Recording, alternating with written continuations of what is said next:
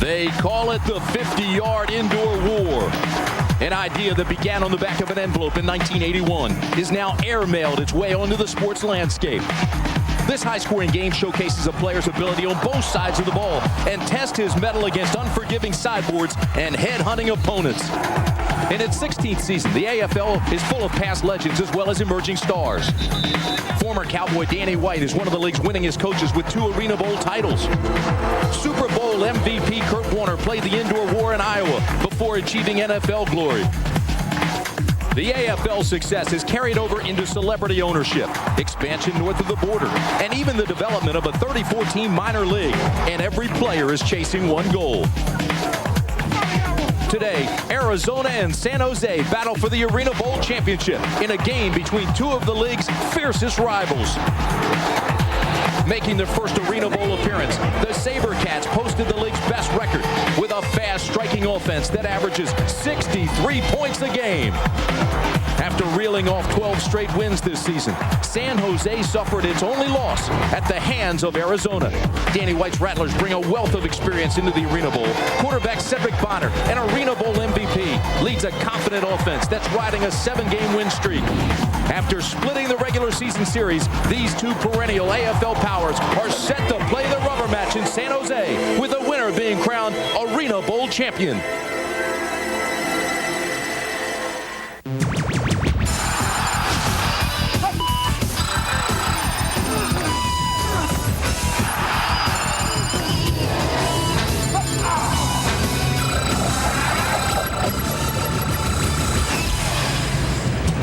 This afternoon, we are in San Jose, California, the capital of Silicon Valley, and this high-tech, trend-setting area takes us inside the Compaq Center for Arena Bowl 16. This region is known for its innovation, and these fans love this new fad in football. It's the title game of the AFL as ABC's championship season continues. Arizona comes into the title game with a record of 13-3. San Jose is 15-1. It's the matchup everybody wanted, and now they get it. Take a look at how the 2 clubs got to the championship. Arizona came from behind to beat Carolina in the quarterfinals. They beat a very talented Chicago club last week in the semis. San Jose overcame an 18-point deficit to beat Tampa Bay, and last week eliminated the Orlando Predators. And hello again, everybody. I'm Tim Bryant. Glad to have you along for what really should be a terrific matchup. You have the number 1 seed, the number 2 seed, the highest scoring offense and the stingiest defense. These 2 teams split during the regular season. This is everything you could want. It's fun. Now, Arizona has been to the Arena Bowl twice in its 11-year history. They won both of those. So they're experienced and certainly are confident. Now, San Jose makes its first trip here to the Arena Bowl, even though it's a home game. But this is a club that has perhaps the best talent in the league and certainly has motivation, because it was Arizona that gave them the only loss and kept them in Week 13 from an undefeated season. We're just about set to go. When we come back, we'll take you through the rules of the game. We'll meet the players, and we'll get set to tee it up and let it fly. Arizona and San Jose. Plastic holds the bill for my wife and... The pregame festivities continue as we get ready for Arena Bowl 16. It's Arizona and San Jose playing for the Arena Football League Championship.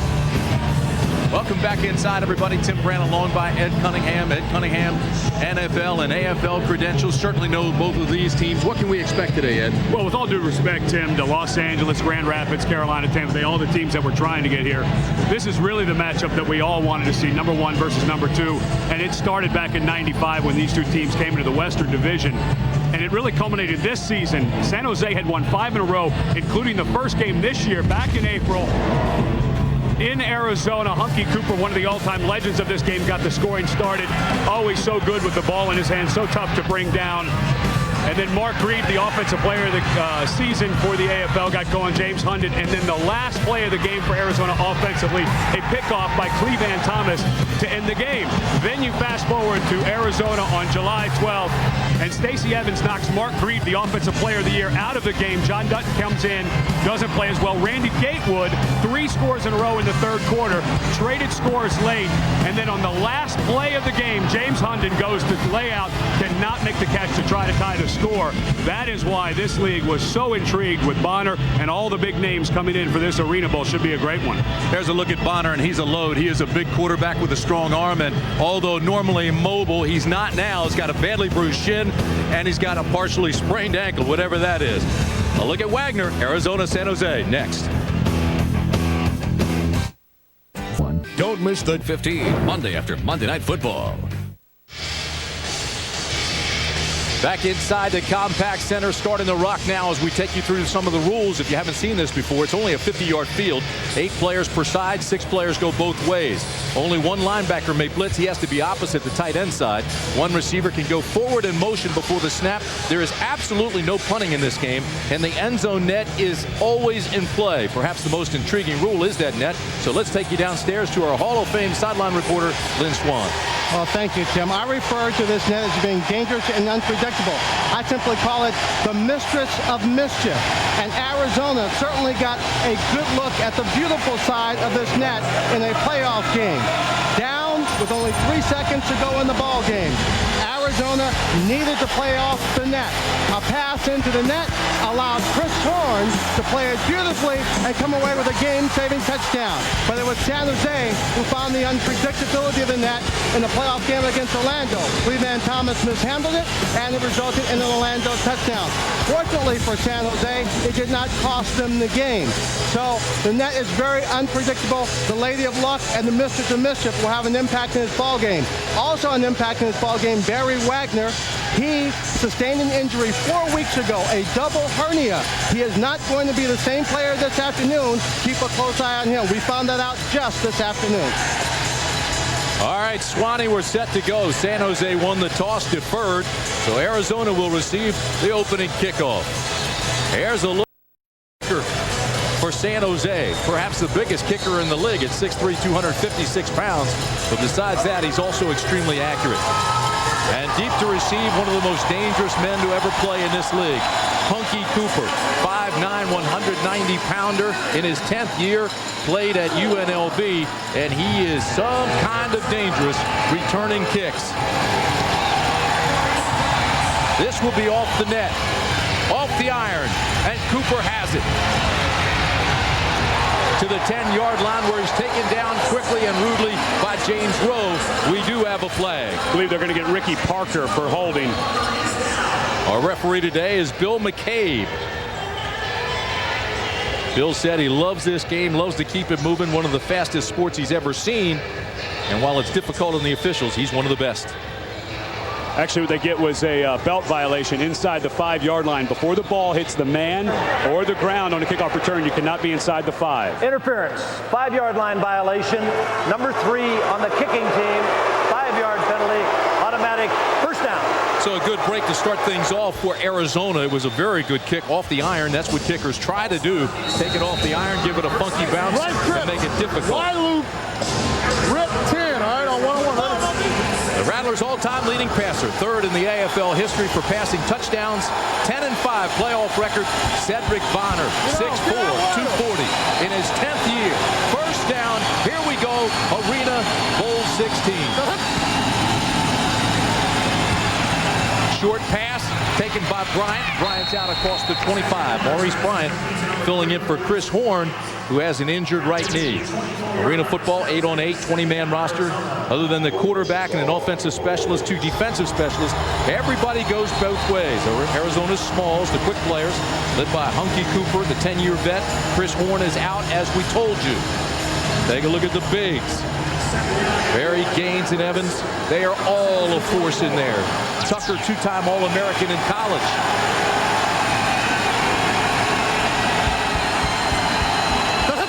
Second down and short. Going thrown to the corner to Gatewood, out of bounds inside the 15 as Arizona starts to move methodically down the field on its first drive. Gain of 11. Back to the lineups. They call them bigs and smalls. These are the big guys. As you look at Stacey Evans, he's 6'2", 285-pounder. He's in his 4th season, and he has just been a terror in the playoffs. And he was the guy that had the hit on Mark Grieve. It was a broken play back on July 13th, where the offensive lineman Joe Jacobs in front of him didn't come out of his stance. It was not a dirty play. Stacey took Mark Grieve to the ground and changed the season slightly, and John Dutton had to come in for San Jose, and Dutton's played very well recently. First down and 10 at the 13 to the corner. Almost intercepted, thrown behind Hunky Cooper.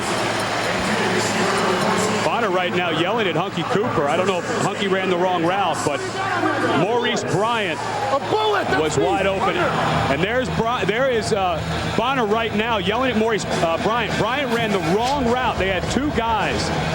Watch Bryant. He's going to run basically the same route as Hunky Cooper. Hunky Cooper's there for the touchdown. And Maurice Bryant actually tipped the ball. That would have been a touchdown. Maurice Bryant in there because Chris Horn, the offensive specialist, has a partially torn MCL and won't be able to play today. Already a mental bust early.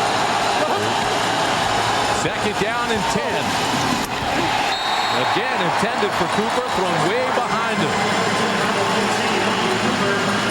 And that's one of the big things at Arizona with missing Chris Horn right now.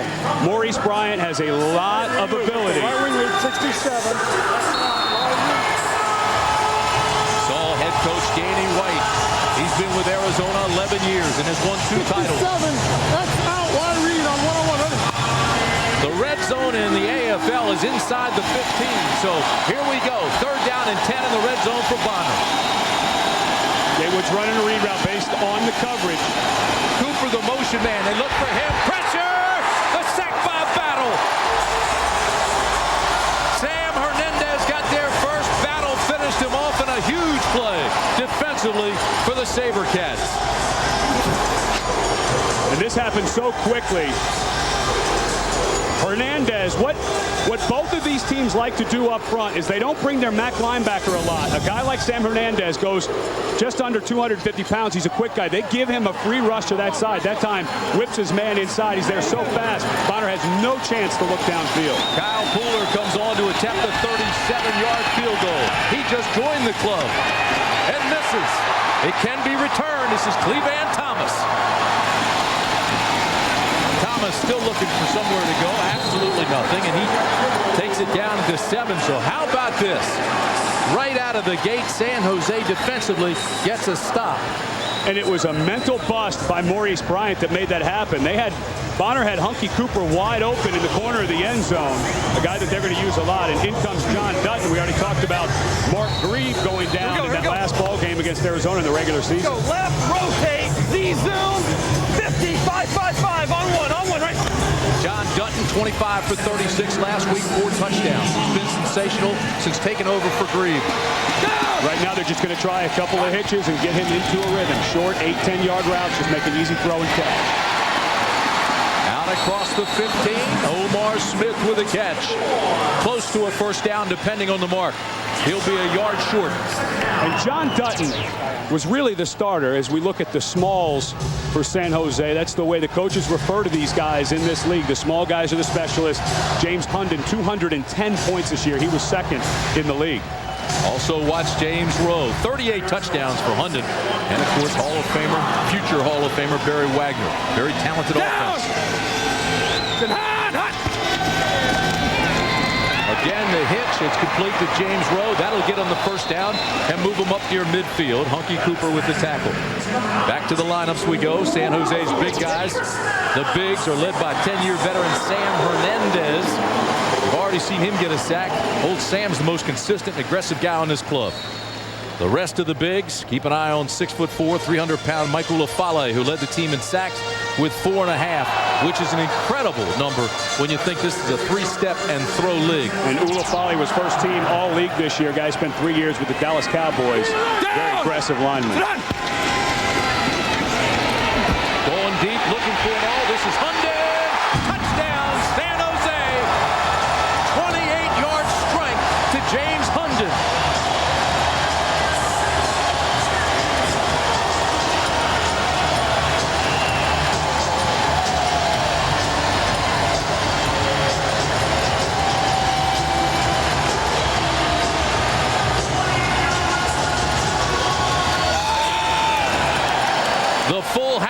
and the Compaq Center loves it. Aaron Alcorn for the extra point. He had 32 field goals last year. He's been deadly accurate this year and splits the sticks to make it San Jose 7 and Arizona nothing. Dutton has been on fire in the playoffs. And folks, he just threw a strike to James Hundon.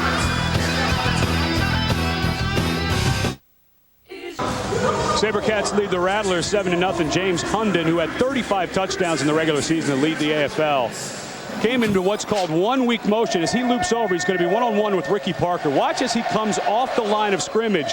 Parker just gets in bad position right there. He's got to be more inside here. He's given him a two-way go. He comes to the post. That's a very easy throw and catch. Parker just in awful, awful position for a defensive back. He's got to be set almost inside on that pro hash. 43-yard drive on 3 pass plays. And Dutton off with a very quick start with that 28-yard strike. There's a look at Hunky Cooper, the return guy, who will take the kick from Darren Alcorn. Alcorn hit the pipes on the last one. See what happens here. Goes between the net, through the back line, so they'll bring it out. And that's a great kick. You know, everybody always talks about let's get this thing up off the net, try to hit the middle, that slack net where the ball slows down. But if you can make an offense start on a 5, that's difficult. Okay, right trips, Y loop, 53. Right trips, Y Let's go, loop. right trips, Y loop, 53 on 101. Ready? Wide, Moby. You can hear Cedric Bonner. He will call up. He will talk to every guy. He's been in this offense for 10 years. He was around when Danny White developed it. He will tell everybody where to line up. Trips were at the bottom of the screen. Gatewood was the one in motion, and he can't handle the pass. Gatewood drops it. It was a strike, but pretty good coverage by Cleveland Thomas. One of the great things about Arena League football is the way you can listen in. Cleveland Thomas, you see why he was the defensive player of the year. Very handsy. That ball should be caught by Randy Gatewood. Here's a guy who set an NCAA record. Looks like Sam Hernandez is down in the end zone taking a knee, but Cleveland Thomas, very physical with his hands. He doesn't quite have the great 40 speed, but boy, is he really strong in his upper body. One of the things I was going to say, Ed, it's great to listen in. Right trips. But it's live television, so beware. Hot 19, screen right to the tight end on 101. Yes, Here comes a screen to the tight end. Tight end's to the right. It's 93, Stacey Evans. Right here, they're going to let the rush get up the field and delay screen to the tight end, trying to pick up some yardage. Second down and 10, they go under. Evans out across the 10, and the big guy rambles out to the 18-yard line. Stacey Evans. And what an amazing run by Stacey Evans, cutting back across the grain using his vision. Here's a guy who was a true defensive end when he came into the league, went to South Carolina, led them the last 2 years in sacks. The Gamecocks, what a special player. When these guys go both ways, watch the athleticism. The jack linebacker, the weak side linebacker, Jerry Reese, almost makes the tackle, and then Evans gets back to the middle of the field. But already we've seen Arizona have to adjust because, as you said earlier, they wanted to go outside and deep. Going deep this time to Bryant. Knocked away at the last moment by Cleveland Thomas. I have a cheat here in the booth with me. Mike Buck, who I coach with in the AF2, a longtime quarterback in the NFL. We were talking yesterday to Danny White. He said this was going to be our game plan, is to release outside on Cleveland Thomas. Score one for Cleveland Thomas. He pushed Bryant all the way to the wall, and Bonner still made a great throw, and Thomas is there to make a play. It's all about his hand strength. Watch right here at the end, tagging that inside arm. The official will never call that. That's really, really good technique by Thomas. Repeat what you saw on the screen moments ago. Cleveland Thomas, the defensive player of the year, the rookie of the year. They call him Troy. Here's Bonner looking deep again, feeling the pressure, and going to Cooper to the 24-yard line. Wendell Davis with a tackle. You can't let them just hold our receiver. They're trying to get down the field and they're dribbling. Take a look at it. Just have them take a look. And Bonner right now goes over to the official and very diplomatically tells him, hey, listen, they are grabbing my receivers, but these officials, they told us before the game, they are going to let them play. Let's go, 53X corner wing L. down at 5. 53X corner, wing out on 101, ready? Not bad numbers for Bonner. It's early. He's just getting in rhythm. Take a shot with Gatewood into the corner. Across the middle, this is Cooper down to 15. Hunky Cooper. And again, they worked on Wendell Davis. It's a pickup of 11. Hunky Cooper, a 10-year veteran like Cedric Bonner, two-time Ironman of the Year, became a two-way player back in 1996. The Ironman of the game back in 97. He scored on an interception return, a kickoff return, and a receiving TD. Was an option quarterback at UNLV, came to this league as an offensive specialist. He is so strong in his lower body when he gets ahead of steam, and he becomes very, very important as they creep down into that red zone. They'll start running the ball with him as well. The other is Barry Wagner. On first down, again, they go underneath. Kelly with a stiff arm inside the 10. Ball still loose. Still loose. San Jose comes up with it. Cleveland Thomas.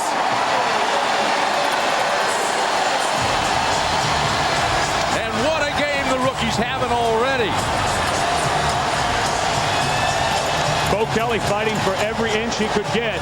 Did not get that ball locked away. And Arizona, 2 offensive series in a row that they had some momentum. They had some things working down the field, and they come away with nothing. And with almost 15,000 fans in this building and the pass rush that San Jose gets, Arizona needs to slow things down here, or it could get ugly here in the first quarter. I know it's deafening in this building. During hockey season, this is the Shark Tank. First down, quick throw. This is Hundon. Hundon has it loose. Ball's down on the 10. Arizona says they have it, but no official has signaled yet. Now the wall, the dasher board in the field of play is in bounds. If that fumble hits it, there is a small out of bounds line. It's about 2 inches wide along the side. Go left rotate and let's go Z-zoom 111.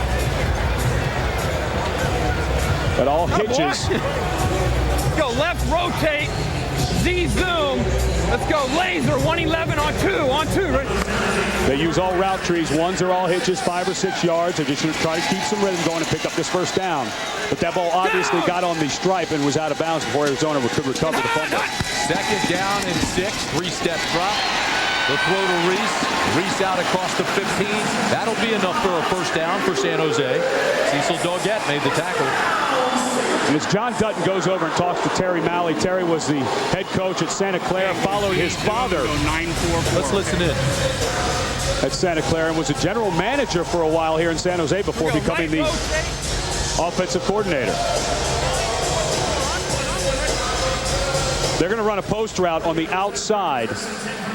And it looks like they have James Hundon, their offensive specialist. They'll take a shot at the post. If not, they have 2 out routes to come back down on. Dutton's been getting plenty of time. And again, looks deep for Hundon. There's a flag thrown. The ball's picked off by Parker, but there is a flag down at the 14-yard line. And boy, that was an awful throw by John Dutton. Under pressure with good coverage. There's no way he knew that that flag was on the ground. Probably pass interference or holding against Ricky Parker, but that ball thrown way to the inside. If anything, throw that ball short and to the inside and let Hundon come and make a play. It is going to be holding against Ricky Parker on the coverage. Holding, number 20 on the defense. The ball during the pass. Well, the pass was in the air. We'll replay the down. Automatic first 10. Number 20 is Parker. Pretty good cover guy, but he's come up empty this year. No interceptions. And there's a look at Danny White. And I promise you right now, he is saying to the officials, if you're going to call my guys for holding, as physical as San Jose has been in their defensive backfield early in this game, you better call the same thing. 6 on 1, right? Danny White, one of the best game time adjustment coaches in the league. AFL Hall of Famer. So it'll be second down, or first down, correction, and 10 to replay the down. Ball at the 24. Hundon on another post here. And again, they're looking deep. They're looking to the corner. Incomplete. And again, looked like Reese is yelling for interference. Wanted a call, and he didn't get it. And right now, what Danny White has done at the end of this first quarter is he has rotated 3 defensive specialists into the game. Basically, what you do when you substitute guys in, Darryl Stingley is in, bottom of the screen, gets away with a hold there as the receivers were crossing, too much for the officials to call. But this is a nice job by Doug Plank, the defensive coordinator, rotating in 3 true defensive backs at the end of the quarter. Anyway, 114 wins in his 11 years, 2 world titles. Spectacular. Really good protection early on for John Dutton. He just needs to settle down in that pocket a little bit. Second down and 10. Throws a strike. This is complete to Reese. Down inside the 10 to the 5-yard line. Jerry Reese, the team's career leader in touchdown receptions, makes his 33rd reception of the year. Stopped by Parker after a gain of 17. And this is why San Jose is truly the most talented team in this league, is because of the numbers of receivers. And these are not little slight guys. Jerry Reese, 5'11", nearly 200 pounds. James Rowe, 6'4", 196 pounds. They're going to run a toss play to the left. But they have so many weapons at their receiver spot. Folks, the highest scoring team in this league is taking control. First and goal from the 6. This is Williams inside the 5 to the 3-yard line. Last week, San Jose ran the ball 8 times and got 3 touchdowns out of it. You don't see runs very often, but when they run, they're solid. And they're just going to let this clock run out. Barry Wagner is in the ball game, but he has a double hernia that's really been bothering him. He's usually the guy they go to run the ball inside the 5. And that'll do it. The end of the first quarter. We told you it's quick. It is. And San Jose threatening again and leading by 7. ABC Sports presentation of ArenaBowl 16 will return after this message and a word from our ABC stations.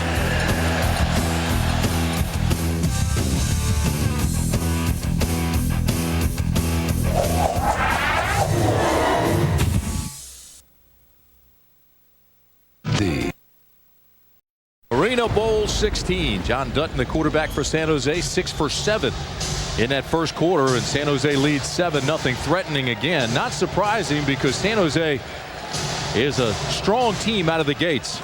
Very strong in that first quarter all year. Rather amazing, though, that 2 teams combined average 120 points plus per game, 7-0. But Darren Arbett's crew in control early with the momentum. James Hundon with 3 first quarter catches, including the touchdown. Wing slice, 36 slant, on one, ready? So run a little slant play off to the right. Bob McMillen is your fullback. Former Arizona Rattler, won a championship in '97 with them. Second down and goal from the 3. McMillen down to the 2. Bob McMillen from Benedictine College, 6'2", 254-pounder. And there is, as an announcer, you try to be as objective as possible, but one of my favorite people in the entire league is Hunky Cooper. He's a little guy, 5'9", 196 pounds. He plays what's called the jack linebacker. It's the weak side linebacker lined up to the tight end side. They run a pinch. He has to have outside contain on the B gap and goes low on a much bigger man to make a great tackle. Call it the jack linebacker because he'll jack you up. Yes, he will. For a little guy, he's awful tough inside. Third down. Dutton to throw, looks, fires, and he does. Has the completion. James Hundon with his 2nd touchdown of the game.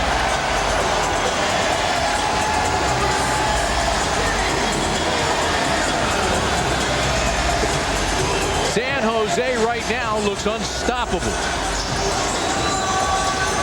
And there is the 2nd big mental bust of the game. Cecil Doggett, the defensive back, defensive specialist for Arizona, in combination coverage, absolutely blew the coverage for an easy touchdown. Maurice Bryant earlier running the wrong route, taking a touchdown away from Hunky Cooper. Aaron Alcorn with the extra point. And just like that, the SaberCats of San Jose jump up on Arizona 14-0 with 13:40 to play in the first half. Hundon, 2 touchdowns.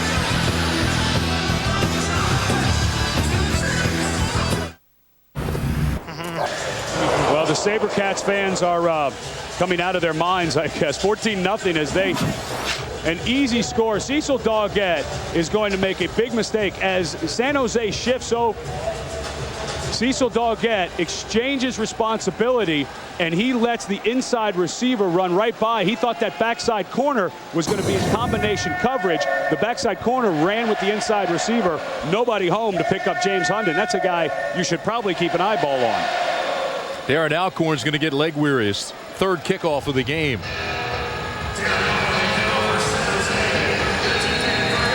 Hunky Cooper deep for the Rattlers. Arizona needs something positive, and it's time in and time out. Hunky Cooper, 10-year veteran, has done things to light a spark for this team. Let's see what he can do here. Low liner taken off the iron. Cooper will take it 2 yards deep. And they blew it dead in the end zone. They'll bring it out to the 5. And once again, just a spectacular kick by Alcorn. Hunky arguing with the official, but the wall in the field of play is inbounds in the end zone. As soon as you touch the wall, you're out of bounds. And Hunky making a play on a very difficult kick. And here goes Arizona again, starting back on their own 5-yard line. Cedric Bonner playing with a big brace on that right leg. Severely bruised his shin last week and sprained his ankle. Asked him about his flat tire, and he said it'll be full of air at game time, but it looks like he's dragging it just a little bit and certainly hadn't found his rhythm yet. Arizona 2 possessions. They've missed a field goal, and they fumbled in the end zone. Stacey Evans looks like he might be cramping up. He came out of the huddle, and as they went to the line of scrimmage, he's grabbing around his right knee, waved to the official and said, "I can't go. You're going to need to call a timeout." He's one of the bigs we talked about, 6'2", 290 out of South Carolina. And he is the best pass rusher on this Rattler team and has been for a while. That'd be a huge loss. Now, once he goes out, what happens? Well, luckily for Arizona, they bring an extra lineman, so it shouldn't hurt their rotation. You're at the beginning of the second quarter, so Stacey Evans started the quarter. The way the substitution rule works in this league, if you start the quarter and get replaced, you may come back into the quarter. If you don't start the quarter and then are replaced, you are dead for the rest of the quarter, like we saw last week at the end of the game with Orlando and San Jose when Fred Ray got hurt. They had nobody else to replace him because everyone who had been substituted for was dead in that quarter. Fans love this game because it's so fast. Very rare that you see stoppages like this, but it is an injury. 13-14 to play in the first half. 14-0 SaberCats. We'll be back.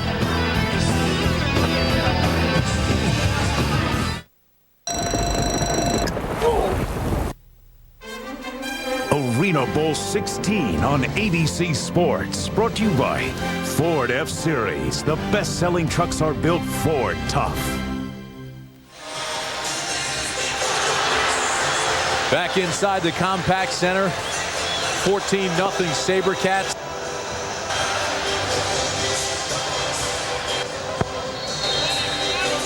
Arizona needs to get some momentum. Stacey Evans, their best lineman, just taken to the locker room to get checked that right knee. Bonner's thrown 12 touchdown passes against San Jose this year, but 2 interceptions.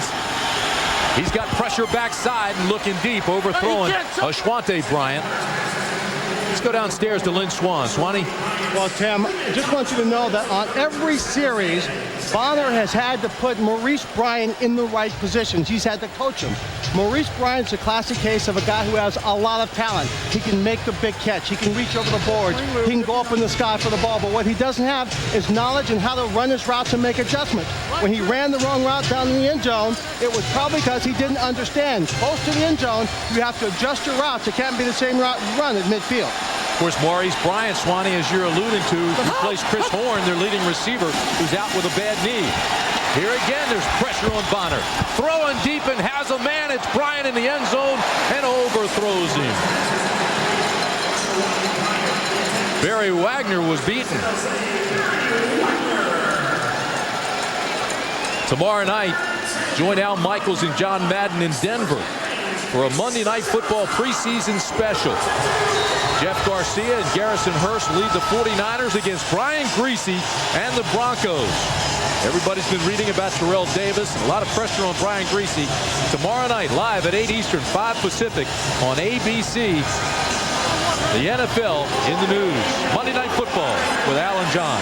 Arizona has been releasing their high motion, and there's again, that's Orshwante Bryant lining up wrong, and they're going to have to call a timeout. This crowd really starting to have an effect, and mentally, Arizona, very surprisingly, is the team that seems tight right now, not San Jose. They look totally discombobulated. Yeah, things are not going their way. They need to get over together and just settle themselves down. Come here, stay here.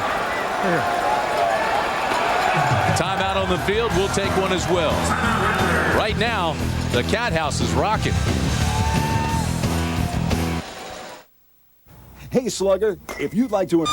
This is only the second time this year Arizona has been shut out in the first quarter. It happened earlier in June when Dallas beat them 36-33 in a low-scoring game. But right now, they're backed up again. Third possession, still no points, and it's 3rd and 10. And they got to take... 74 leads shallow on 101. They're going to take a deep drop. Bonner's going to take a 5 to 7 step drop. And they're still confused. This is amazing. San Jose with a very good rush front end. They better get this ball off on time. Danny White in the end zone, putting them in alignment. Backside pressure. Bonner steps up, drills the ball, and it's broken up by Barry Wagner on the boards. And there is a flag down inside the 5. He's inside of all like this, right here. Called an illegal defense on San Jose, probably the jack linebacker. Illegal defense. Number 9 on the defense. The linebacker was out of the box. 5-yard penalty. Automatic first down. Well, you saw the reaction of Michael Church, the defensive coordinator. He's furious. Left wide.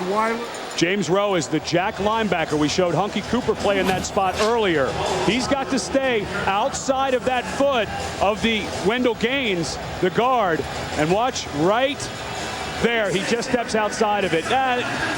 You know, he's right on that line. A lot of times the official will allow them to straddle that line. It's not like Rowe ran out there to cover the flat. No, but that's a huge break for Arizona. Yeah, and I'm not so sure that that's a great call. Rowe, to me, looked like he was right on that line. Instead of 4th and 10, they get the automatic first down, and now they need a timeout because of the crowd noise.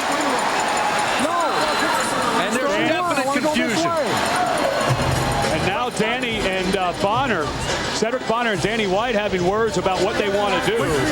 Danny White needs to tell his veteran, Cedric. That's the only way we ever run a fake quick screen. Always to X. We have to run to X. On the dive, we fake dive, not fire. Fake.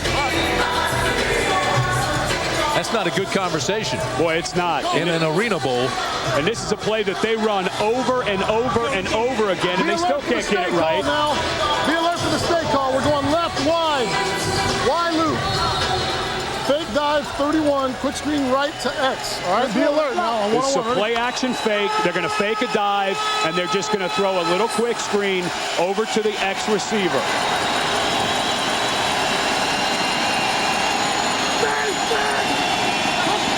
First down and 10 for Bonner. Backside pressure, had to throw before he's ready, and Bryant can't hold on. Incomplete. Terrific coverage by Wendell Davis.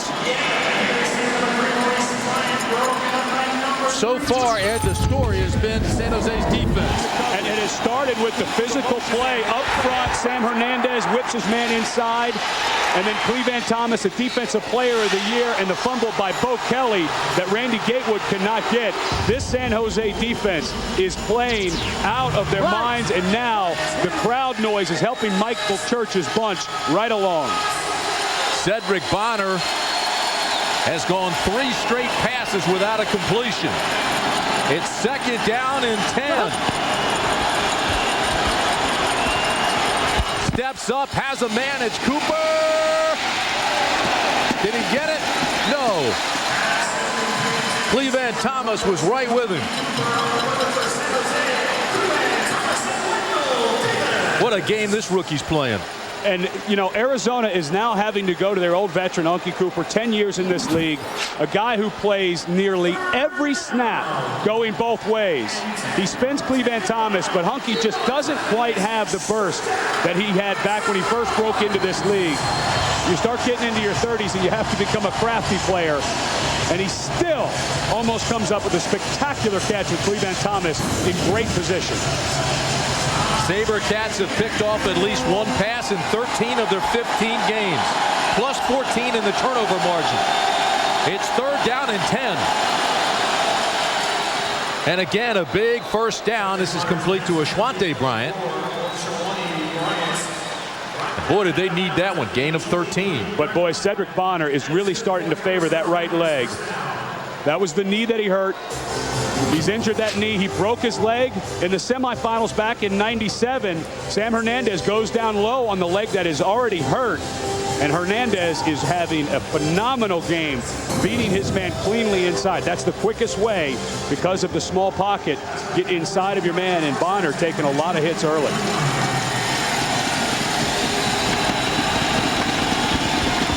Here's the pass to Bryant. Bryant to the 25 as he carries 2 tacklers out across midfield. Barry Wagner and Hernandez and Davis are all there. And you're starting to see some of the Arizona Rattlers getting into it after some plays. There's a lot of extra things going on. And Barry Wagner, another guy like Hunky Cooper. Wagner, who now comes off, he's got to be hurting with that double hernia. He's so smart. They tried to run the quick screen to his side. So big, so physical. The difference between him and Hunky goes both ways and plays that jack linebacker. This guy goes out and plays front side corner, one of the most difficult positions on the field. 2nd down and 9. Throwing deep, looking for Coop. There he is, incomplete. He was open. Wendell Davis had slipped off and says he was pushed off and now pleads his case. But I thought Cooper had the score. Next weekend, catch the Little League World Series presented by Honda. ABC Sports coverage begins with a special preview Saturday at 1 Eastern, 11 Pacific. Then Saturday night at 7:30 Eastern and Pacific, it's the U.S. Championship game, followed by the World Championship Sunday night at 6:30 Eastern and Pacific, all next weekend on ABC Sports. Did you see that little leaguer point to the fence and then put it on the fence? And then he came up later and did it, and he got struck out. Bonner has been hit so many times. The mic that we have on him is now broken. It's not a good sign with 6:55 left in the 2nd quarter. 3rd down and 9. Again going deep. Incomplete, no flags. Intended again for Bryant. Just got this note, Ed. Stacey Evans of Arizona, who was injured earlier, tore his right ACL, and he's out for the game. And if they're not careful, Cedric Bonner is going to get injured. And here is another stop. Here is another stop for San Jose's defense. Arizona is 0 so far, and good pressure by Kinsinger. That's a lot of power going into that hard turf. Cedric Bonner thought he had a touchdown when he threw it. Here comes Kyle Pooler, who just joined the team a week ago. A 40-yard attempt, not even close. He'll bring that out to the 5, and it's another stop for the SaberCats. They'll have it offensively. Big part of this game, Kyle Pooler, a brand new guy. That's a shank right there. 6:04 to play in the first half. SaberCats by 2 touchdowns, and they've got the ball when we come back. Arizona way out of sync.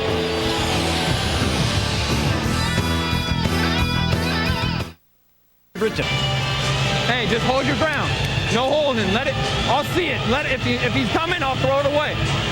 No holding. That's John Dutton in the huddle telling his teams, I'll throw it away before I'll throw it to them. Right now they're dominating. Right rotate, Z-zoom, 70, fake hurricane right. On one, right? They're going to run a fake quick screen over to the right. And then James Rowe, this receiver, is like he's going to come block, and he's going to go deep. They're going to go for blood right here, right out of the gate. San Jose, 1st down and 10, ball at the 5 with a 2-touchdown lead.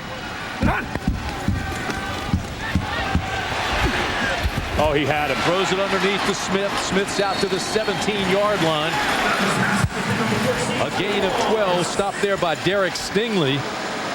This is incredible to me. San Jose is just dominating.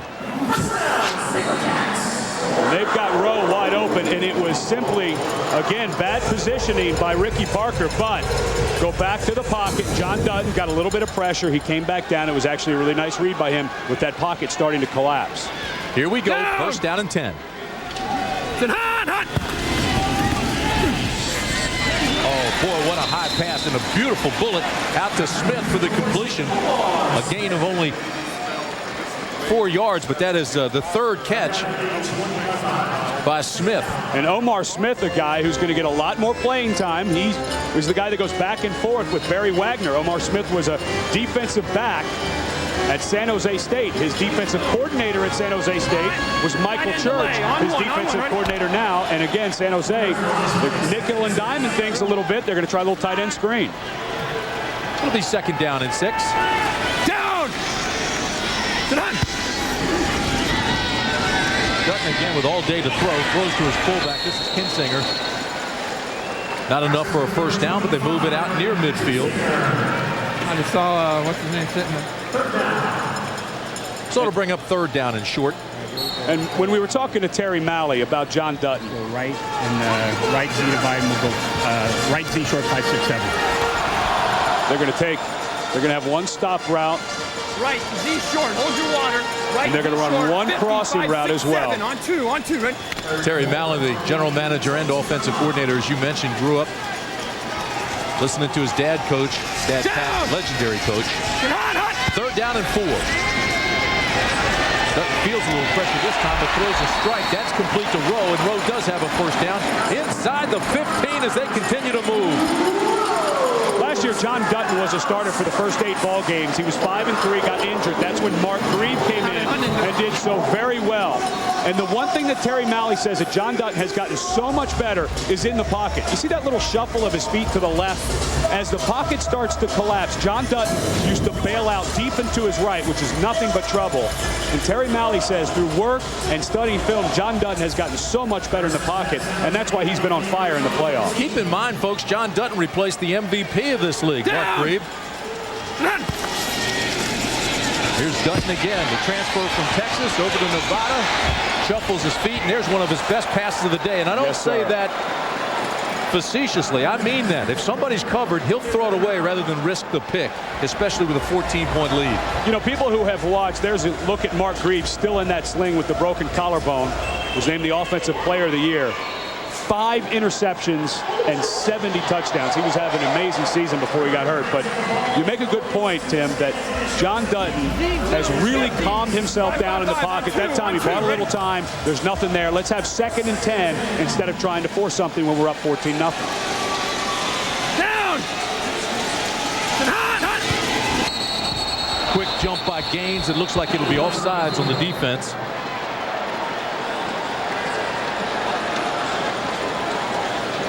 Boy, nothing. I mean, absolutely nothing has gone right for Arizona in the first half. And Dutton does such a nice job. You can hear him really clearly with our audio.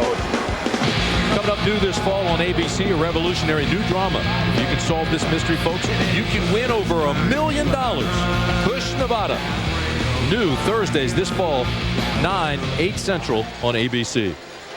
What I was saying about John Dutton, he's done such a nice job of using a hard count. A lot of times because motion is going towards the line of scrimmage, the defensive line will peek out of their peripheral vision and try to time it, but he's given him that hard count. That time got Wendell Gaines. Arizona trying to solve the mystery here. Again, flags fly. That's 2 in a row. And that time, Joe Jacobs, who's lined up to the right side of the field at the guard position, flinched before the snap. Prior to the snap, false start, number 56 on the offense, 5-yard penalty, remains 2nd down. If you haven't seen Arena Bowl or Arena football before, San Jose averages 63 points a game. They had 85 points against New England. Joe Jacobs right here gets a little hiccup, doesn't take much.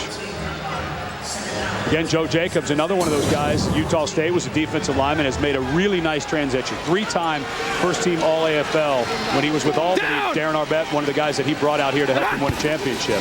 2nd down and 10. Dutton has the ball knocked away. It's picked up by Williams, and George Williams down to the 16-yard line. Kia Adderson got his hand on the ball. Dutton wanted the incomplete pass. George Williams, a guy who made a great impact. He is called a rookie, but he played 3 years for the New York Giants at defensive tackle. 330-plus pounds, very athletic. Had the great play. If you go all the way back to the Tampa Bay game in the quarterfinals, when Tampa Bay had a chance to win it, it was George Williams who got cut blocked about 300 pounds. Sure, I'll buy that. Bounced up off the ground and made the quarterback from Tampa Bay throw it before he wanted to. George Williams knows the difference between come here and sick 'em. 3rd down and 12. Here's Dutton. Dutton is drilled. I mean, really drilled back at midfield. Gaines came through almost untouched.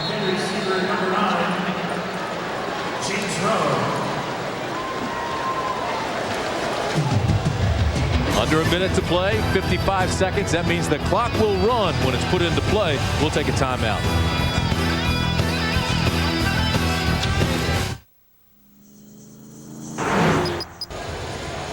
San Jose pretty much having its way against Arizona and going against the stingiest defense in the league with an aggressive front, tough linebackers, one of the smartest and most talented secondaries in the league. But really, Arizona's never found its rhythm, never gotten in sync. 4th down and 12. This field goal attempt is from 31 yards out by Darren Alcorn. And whether it's good or not, this was a stop that Arizona desperately needed. Woo! Gets another one. That one goes into the stands. A fan will be able to keep it. That's one of the rules of the Arena Football League. It's a souvenir. And 3 more points for the SaberCats. It's hard for a lot of people to understand why you say a field goal is a stop, but Arizona just needed something positive, and believe it or not, that was positive. Darren Arbette, the head coach, has been the top seed 2 times in 3 years. He's never won the Arena Bowl. He's making his challenge against Danny White today.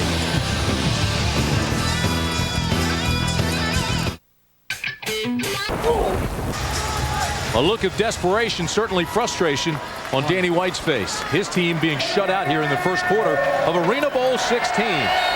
San Jose with a 17-0 lead. Darren Alcorn preparing to kick off. And once again, it'll be Honky Cooper, who's returned 19 of these for touchdowns in his career. They sorely need a good return now. This will be Cooper, blown dead. You know, we talked to Danny White yesterday, and he's got a lot of Tom Landry in him, and we asked him about the experience of his team. He's been here twice to the Arena Bowl. And my philosophy has always been that execution will overcome emotion, sooner or later. We got to go out and play the game. You can get all hyped up all you want to and get all excited and all that's going to do is hurt your performance, especially offensively. And I'll tell you right now, outside hash. Everything he is saying, outside hash. He wants the ball put on the outside hash. That ball went out of bounds. It's a 15-yard penalty, the biggest penalty in this game. But Danny White, execution overcoming emotion. They have not executed one time offensively so far with only 50 seconds left. No, I think it's the opposite. I think emotion got in the way of concentration. And execution. That's a good point.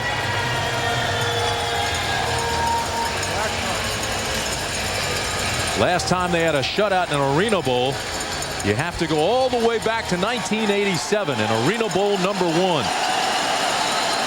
And the defensive player of the year in this league, Cleveland Thomas, has been dominant so far. Crowd comes to life. 1st down and 10. They look for a score. Intercepted. Intercepted by Omar Smith, and San Jose is in business again.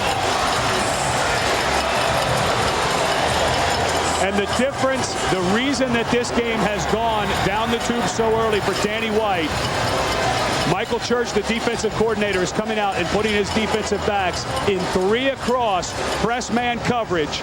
That time, Omar Smith absolutely dominated Randy Gatewood at the line of scrimmage.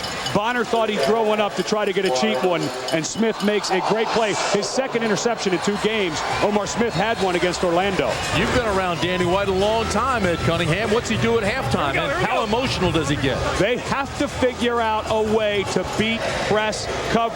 They are getting stuffed at the line of scrimmage, and unfortunately, there is no scheme that stops that. That's just the physical part of the game. Well, I'll tell you this, the SaberCats just won't run out the clock. They're going to go for some things. 1st down and 10. They look for the hitch and go. And that one's incomplete, intended for Jerry Reese. Let's go back to Omar Smith's interception. Randy Gatewood, the intended receiver, he came underneath. He had no idea the ball was up in the air. And Omar Smith basically threw him to the ground. We're going to have double posts here. Give me some pro. For San Jose. That's why Dutton wants the protection. 50, 5-5-9 on two. Ready? Second down and 10. Dutton has just looked like it. Dutton doesn't like it. There's confusion by Reese.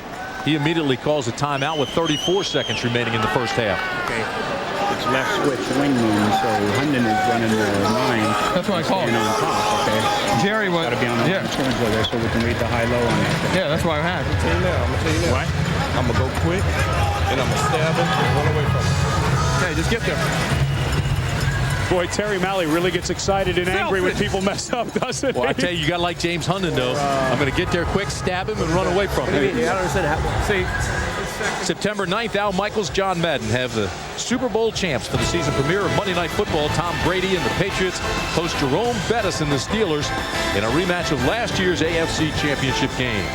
Monday night, live at 9 Eastern, 6 Pacific on ABC Sports. Al Michaels and John Madden. Go Steelers. Who was that? Oh, sounds like down on the Liz sideline. Yeah. Sounds like the Hall of Famer. I'm wondering which team I'd be rooting for. Hey, what I really love about this game, Hundon comes over to the quarterback. It's like street football to some degree. We heard that exchange, and he's telling him how he's going to run the pattern and get open. Got to like that, Swanee. And I love Dutton. He said, well, then go do it. I'm sure you told Bradshaw that once or twice. Dutton again has time, and he's going deep. He's got Hundon. It's complete inside the 5. Split the receivers. Didn't run away from him, but made a marvelous catch for a 44-yard gain. And not a great throw by Dutton, but good enough because, again, Ricky Parker is inside. Watch where he's set. That's awful. He just can't be that far outside. The middle of this field is the gravy. The only help you have as a defensive back is the board. And Ricky Parker, that's the 3rd time he's got caught way too far to the outside. 23 seconds still remaining. Omar Smith down to the 2. Timeout, timeout. Maybe get it marked at the 1. They really don't need a timeout. 15 seconds. He could get them back up there, but there's no hurry for Dutton. And everything is going wrong for Arizona. If anything, Arizona with 2 timeouts. Right there. Excuse me, with 1, should have thought about taking 1 so that they could get the ball back no matter what happens on this drive and have another offensive possession. Things are not going well mentally, physically, every which way for Arizona. There's a look at defensive coordinator Doug Plank.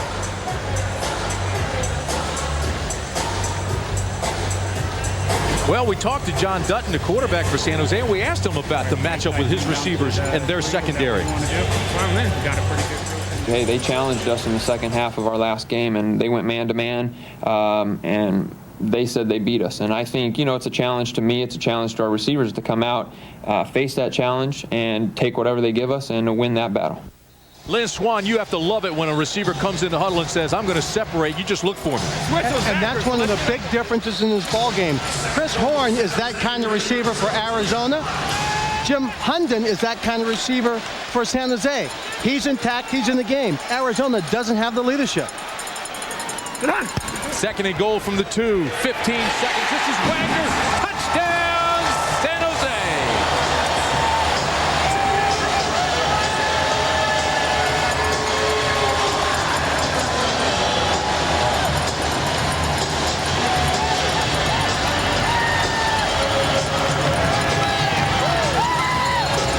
Can you believe this?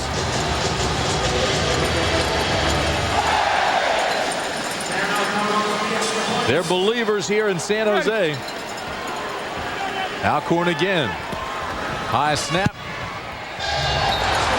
Bullseye. And folks, ArenaBowl 16 right now belongs to the SaberCats. It's 24-0.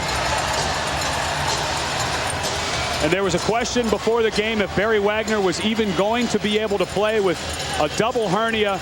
The AFL's all-time leader in receptions, touchdowns, rushing touchdowns. He is so dangerous inside the 5. This just a simple isolation play. Hunky Cooper getting blocked by a 250-pound fullback does not have a chance.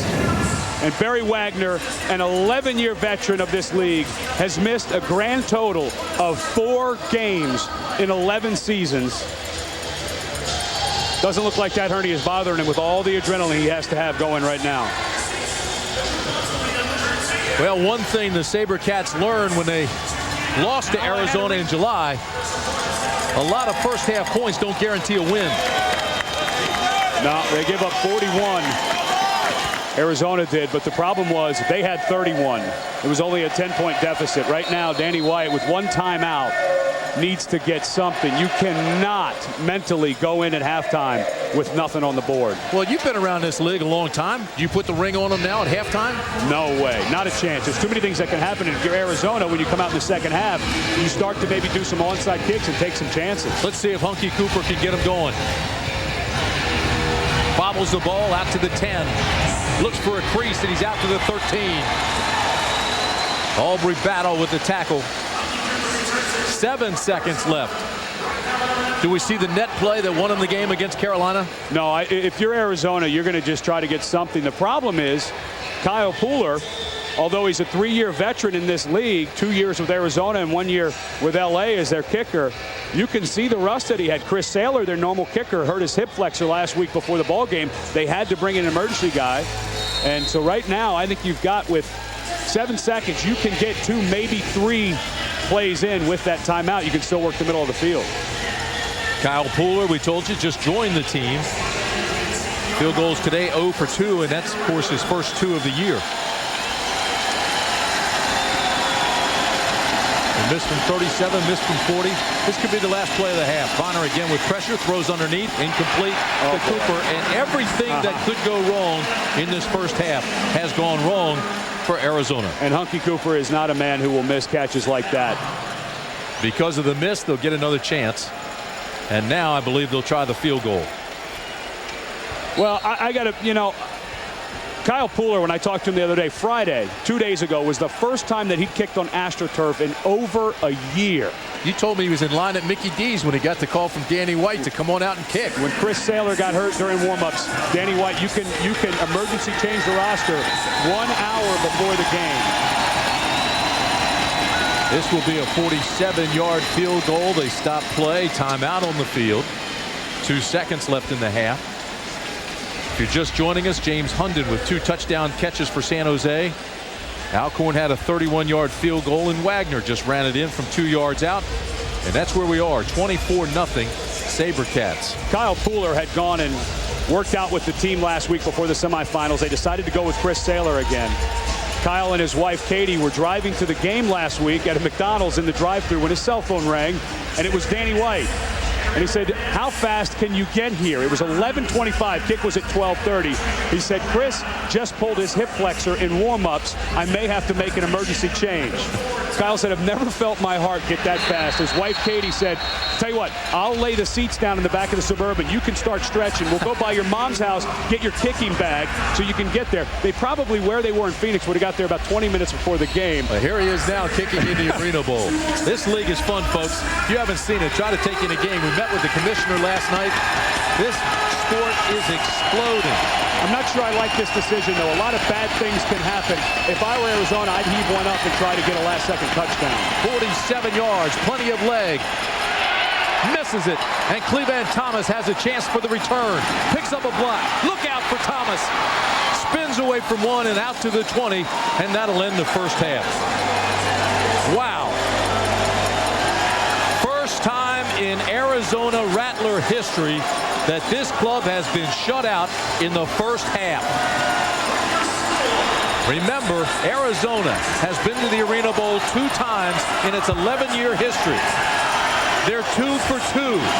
But today, they are in some kind of trouble. Let's go down on the field to Lynn Swan. Thank you, Timmy. Coach, if there's anything that went wrong in the first half, I'm not quite sure I could find it. Your team played extremely well, but you've been up on them before. What's your message to your team at halftime? There's a lot of football left to play here. We just got to keep the intensity up, and we should be all right. Okay, Barry Wagner, we know about his injury. You're going to continue to work him in carefully? Yeah, we're just working Barry in. Barry's a veteran at this thing. He's played in a lot of these games, and he's going to get us there. Coach, thank you. Tim? All right, Swanee Darren doesn't show much emotion, but he's got to feel good about a 24-0 lead over the Arizona Rattlers. Coming up, we'll have our halftime activities. Take a look at the 4 Tough Man of the Year and a college football preview. ABC Sports presentation of Arena Bowl 16 will return after this message and a word from our ABC stations.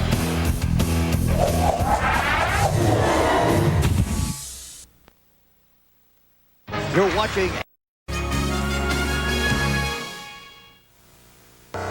Thompson, the fullback, going for a record. He's got a touchdown. He is the definition of built for tough. Office manager by day, blue-collar football hero by night. This season, Leroy Thompson of the Indiana Firebirds led his team with 10 rushing touchdowns and churned out more yards per carry than any other fullback.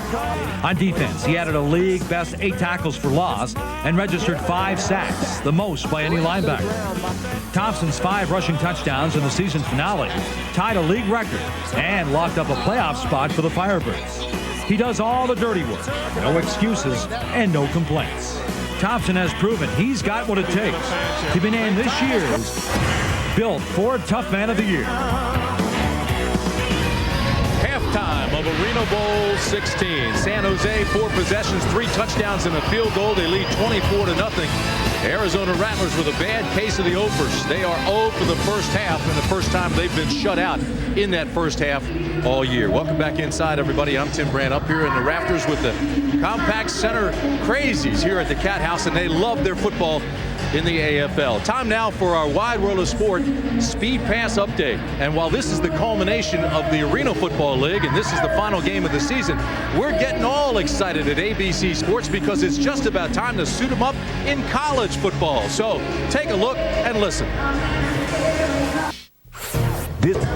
The story of this game in Arena Bowl 16 is Arizona, 5 possessions, 3 missed field goals, a fumble, and an interception. And a bad case of the Opers. Arizona 0 for the first half. First time that's happened this year. Welcome back, everybody. Tim Brand along with Ed Cunningham. You've got to be shocked at this, and I know you know these two teams well. It's not like Arizona's a bunch of Humpty Dumptys. I mean, this was the second best team in the Arena League.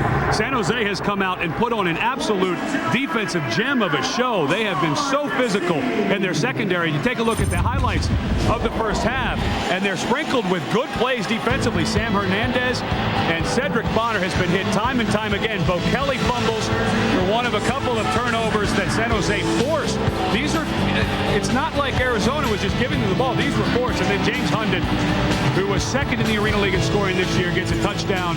And then another one in the back of the end zone. Bad positioning by the defensive backs. And there's just nowhere for Cedric Bonner to go. Even when he's had protection, the defensive secondary of San Jose has been that dominant. And Bonner, who came into this game a little gimpy, hurt again. And Kyle Pooler, his first game in over a year, not been great as the kicker. And then Omar Smith playing a lot for Barry Wagner, who's been a little dinged, gets a pick. But you knew old school Barry Wagner was going to be right back in, the all-time leader in rushing touchdowns in AFL history. The beauty of arena football, folks, is they score fast. Arizona's not out of this thing, are they? No, this game could turn very quickly with turnovers. We'll be back for the opening kickoff of the second half. ABC Sports presentation of Arena Bowl 16 will return after this message and a word from our ABC stations. And you're watching ABC's Wide World of Sports.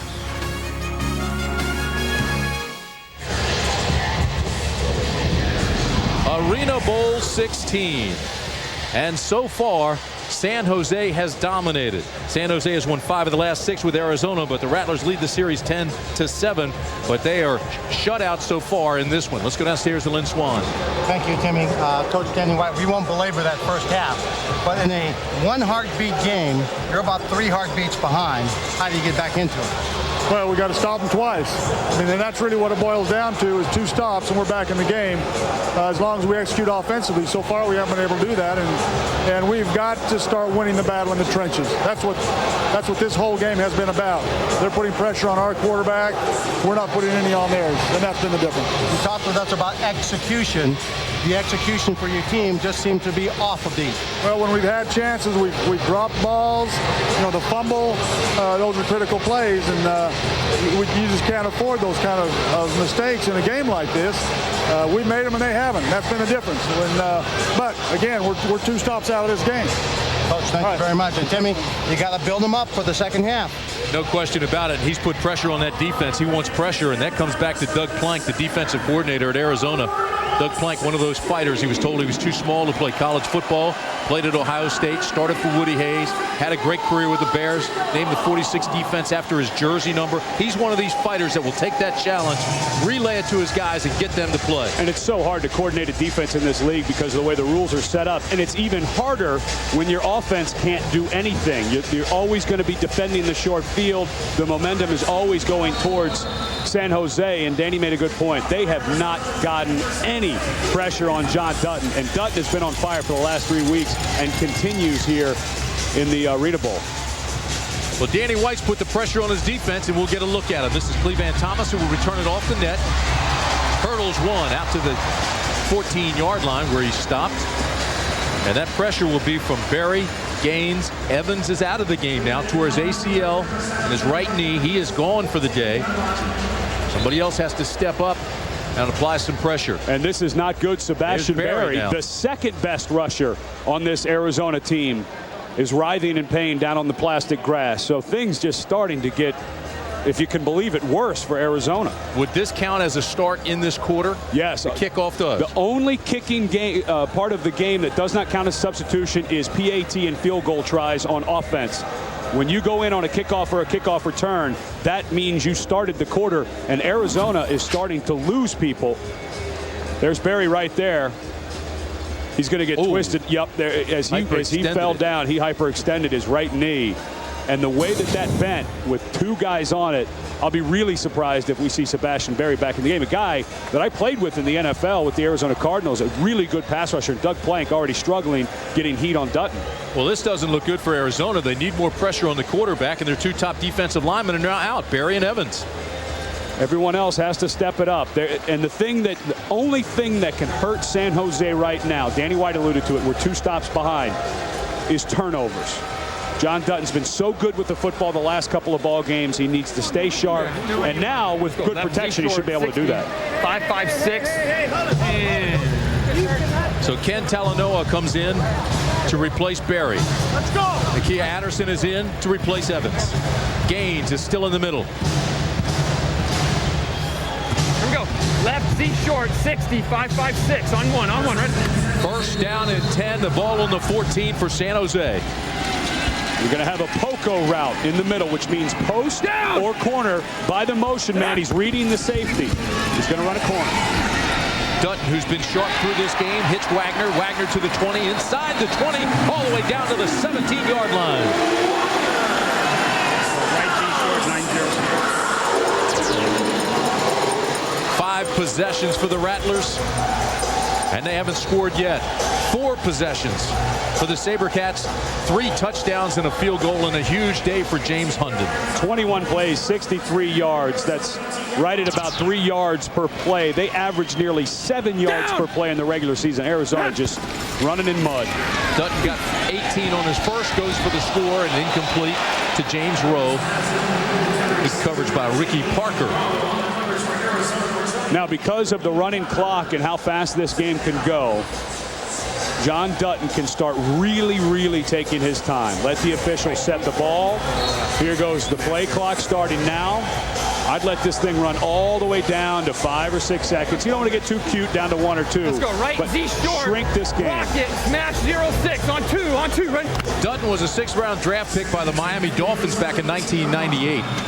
This is his 3rd year with the SaberCats. Tank down. On 2nd down and 10 again, good protection and the completion to Wagner. Not enough for the first. It's a pickup of 6. Stopped by Randy Gatewood. And the other thing that doesn't look real good for Arizona right now, when we talk to Terry Malley, They have an undersized line in San Jose. They built it that way on purpose. Darren Arbette, their personnel and head coach, says we want guys who are really athletic and are better in the second half than they are in the first. We're down 24-0, getting the drive. Arizona now down their 2 best rush linemen. This San Jose line could really take the game over. 3-step drop, look to the end zone, bingo. Complete to James Rowe, touchdown San Jose. A 12-yard strike from Dutton to Rowe.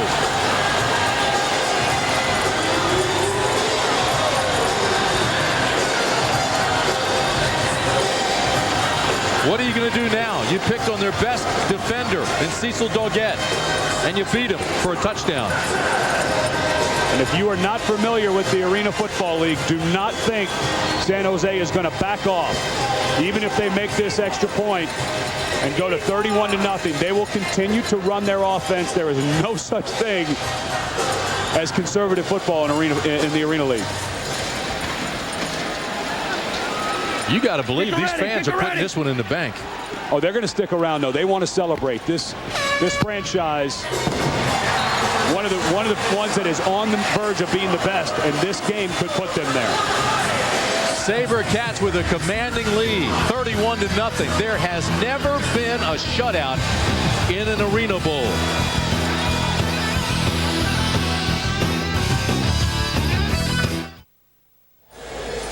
While we were away during that commercial break, the fans, the SaberCat fans, were going crazy for this guy trying to get the ball out of the net. This guy was doing a little networking while we were away. Well, you are in Silicon Valley, so you always have to be good with the network. Network solutions. Oh, my. I could keep going if you want. Please don't. Arizona needs to network some people to get down the field. Everybody's a star here today in the Compaq Center, and that man was the star during the commercial break. Not many stars for the Rattlers. Here's Hunky Cooper, who's looking for a big return. He has yet to get one.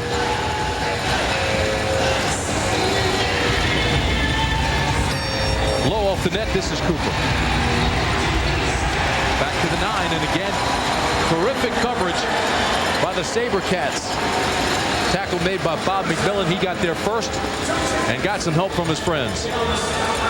Bob McMillen, a long-time Arizona Rattler, which kind of added to this rivalry. Darren Kenny in there at the nose guard, but Bob McMillen spent first 6 years of his career with the Arizona Rattlers, has a ring from the '97 Arena Bowl. One of those guys been around this league for a long time, came to San Jose, and he's making the most of it. All right, here we go. Let's see the sense of urgency now for the Rattlers. First down and 10. Going deep, has a man. It's Bryant down to the 15-yard line. When Del Davis was beaten, his whistle blow. Yes, we heard a whistle. Bryant tries to carry it in, but that's a very big positive for Arizona, a pickup of 28. And there's the adjustment Danny White obviously made at halftime. This is what's called one weak motion, where the receiver to the weak side goes in that high motion. Usually you don't have your best guy. Wendell Davis is more of a space player, not as good up on the line of scrimmage. But this throw by Bonner, if he leads Bryant more to the inside, that's an easy touchdown. Not a great throw. I'm not sure he went out. That sideboard's in play. Bonner again, going to the corner, incomplete. Intended for Maurice Bryant. Cleveland Thomas was the defender, and they're having words. I think that Danny needs to continue to come back and work the short side of the field. It's Barry Wagner, and he's going to cheat inside, but Cleveland Thomas just so physical. You have two defenders up in the faces of the receivers on the wide side of the field. If you're in your regular set, I think they need to keep working that short side and try to use motion, because they're getting jammed on the line of scrimmage to the two receiver side, and they can't get off the line. Cleveland Thomas disappointed he wasn't selected in the NFL, but he's getting looks now. Second down and 10 for Bonner. Overthrown, and again, Thomas and Bryant have words. We go all the way back to week 4 when Cleveland Thomas When he showed up, they weren't quite sure what type of player they had. And during camp, they allowed him to do what's called catch high motion, which means when the receiver is coming towards the line of scrimmage, he stands right on the line of scrimmage and absorbs him and his energy. Well, halftime against the Los Angeles Avengers, they came in and they were getting beat. And they went to the coaches, the veterans, James Rowe, those guys, went to Darren Arbett and Michael Church and said, let him stand on the line of scrimmage, and they've never gone back, and now he's the Defensive Player of the Year. He's the Deion Sanders of this league. 3rd and 10, there's pressure on Bonner. Gets it to Bryant, and Thomas is all over him. Cleveland Thomas, the MVP of the defense, 8 interceptions, leading tackler, and they called it incomplete. This guy is so physical. Like I said earlier in the game, not a 4-3, 4-4 guy, but he is so good. Florida State, all of the coaches here in San Jose say when he showed up, he was technically perfect as a defensive back, because you know, Tim, at Florida State, they play press coverage down in and down out. That's all he's doing is playing Florida State's defense right now. Mickey Andrews, the defensive coordinator at FSU, will teach you technique now. 4th down and 10. Bonner under pressure, incomplete. Joe Jacobs got there first. Oh, my.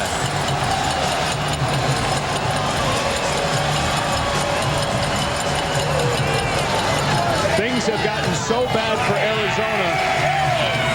Cedric Bonner, who is a lefty, and these routes taking forever to develop. Here comes the pressure. He actually has to throw this ball with his right hand. Joe Jacobs, a 3-time first-team All-AFL guy, getting the pressure. But Bonner, although he's a great athlete, if he's got to throw it with his non-dominant hand, Arizona's going to have a very long second half. Jacobs better be careful. He went over and was showboating in front of Danny White and talking to Danny White. 1st down and 10, the ball at the 14.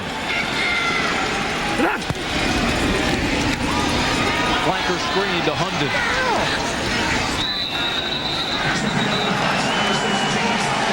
Joe Birch tries to throw Hundon into the bench. Boy, this is an amazing display. San Jose, the best offensive team, 62.7 points per game, the 2nd best all time in the Arena League. And Doug Plank's defense doing everything they can. 2 touchdown catches by James Hundon. A couple of touchdown catches by Rowe and Reese. Wagner and McMillen ran their touchdowns in. And it's been lopsided the entire way. 45-0 SaberCats over the Rattlers. 11-17 to play in this Arena Bowl. Alcorn prepares to kick. And once again, Hunky Cooper, who hasn't had much space today, awaits the kick. This is Cooper. He was down. And right now we'll go down to the field to Lynn Swan. Thank you very much, Tim. I'm with Chris Horn. Chris, it's an unbelievable performance by San Jose. Are we missing something? Is there a reason that you can see that Arizona's not playing well? No, we lost control of the game early, and to San Jose's credit, they've really they've got after our quarterback, and it's fouled up the timing of our offense, and that's the best I can tell from here. As we watch these guys take this play, was anything done differently offensively because you weren't in this ball game? No. Our guys, we got a talented football team, and there's nothing different. These guys are good players, and they're going out there and they're going to finish this game as hard as they can. We know it was emotional for you. When you were out there, there's a player down in the field. But we know it was emotional for you yesterday during practice. You tried to go on your leg. You couldn't go. Coach White told you you wouldn't be suiting up. Was there anything you could tell the players in terms of trying to inspire them to play better this afternoon? Well, I after practice was over yesterday, I just spoke to the guys and I just said, I'd be there if I could. I'd be out there fighting with you if I could, but I'm not able to do that, so I asked them to go out there and do the best they could. Chris, thank you very much. Tim, Chris had 104 catches and 29 touchdowns. The next closest guy to him in this football team had 44 catches and 15. That's a lot to make up for in the championship game. Lynn, you're so right. He's the leading receiver, leading scorer, over 1,000 career AFL points. As you saw on the screen, 12 catches against Carolina, then hurt his knee, his right knee, tore that medial collateral against Chicago, and they certainly do miss him. And that's Bob McMillen down. You'd hate to see in a game that's completely out of hand and nearly over, a guy get an injury that may affect him going into next season. But really, that's been the story. Chris Horn, take away all the numbers and everything else, he's a 5'11", 200-pound ball of muscle. He's so physical. They can use him running the ball. He would have been really, I think, a big difference for Arizona today against that press coverage because of how physical he is. Well, while they work on McMillen and as Danny White looks on, we'll take a break. We'll be back.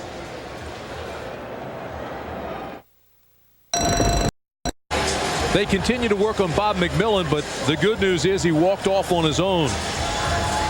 Shaken up, landed on his face. I think he may have hurt his nose and jammed his neck and everything. Yeah, as he goes over to come from that MAC linebacker, strong side linebacker, and goes over his head.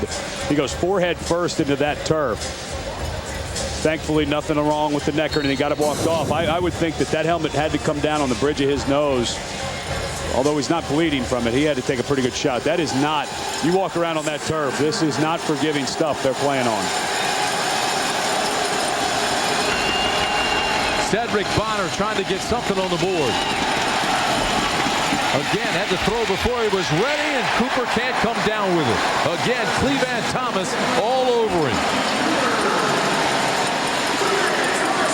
Really, this graphic, I think, puts into perspective how dominant this defense has been for San Jose. Cleveland Thomas in great position. Notice the difference where he is aligned on Hunky Cooper. On his inside, so he only had one place to go. And Cleveland Thomas and Omar Smith and Jerry Reese, all these guys, what they have done to this Rattler offense. 53.5 points is their average, plus turnovers. They have smoked this team from the outset. 3rd down and 3. It's got a guy. It's Bryant.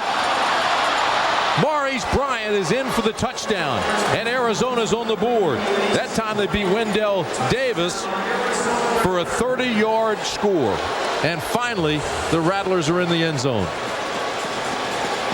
And it took a little hitch and go on the outside, and Wendell Davis playing very aggressive like San Jose does, took a little bite. 19x9. Arizona's going to go for 2 points here, trying to score as many as they possibly can. Hey, you know, it sounds crazy, but if you're Danny White, you might as well try to get as many points on the board as you can. Hope maybe something breaks your way. I mean, this game's in the books, but you might as well at least try. They like to go to Bo Kelly in this instant. We'll see. Here's your 2-point conversion attempt. And it's good to Hunky Cooper.